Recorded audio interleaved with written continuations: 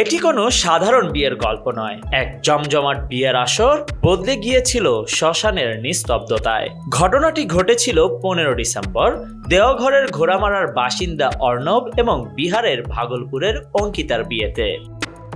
বিয়ের আসর বসেছিল একদম অপ্রত্যাশিত জায়গায়। সাধারণত কনের বাড়িতে বিয়ে হয়, কিন্তু এই বিয়ের অনুষ্ঠান আয়োজন করা হয়েছিল বর অর্ণবের পৈতৃক ভিটেতে।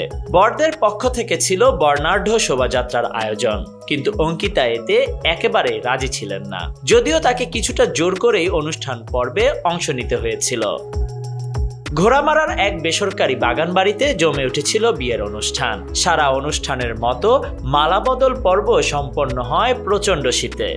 বিয়ের মাঙ্গলিক কাজ সম্পন্ন হওয়ার পর দুই পরিবারই ভরিভুজের প্রস্তুতি নিচ্ছিল, কিন্তু বিদায়ের মুহূর্তে ঘটে এক ভয়ানক বিপত্তি।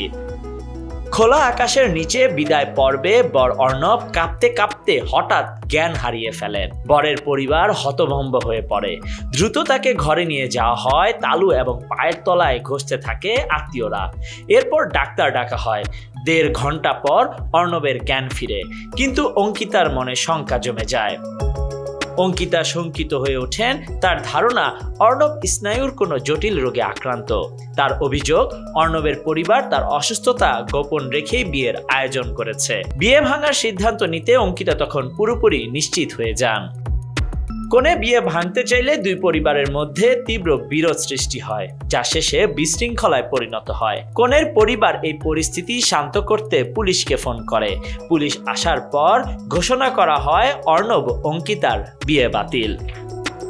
কিন্তু প্রশ্ন থেকে যায়, অর্ণবের স্বাস্থ্য পরিস্থিতি গোপন রাখার জন্য কি পরিবারের পক্ষ থেকে কোনো ইচ্ছাকৃত পরিকল্পনা ছিল? এমন পরিস্থিতির সৃষ্টি কেন হলো?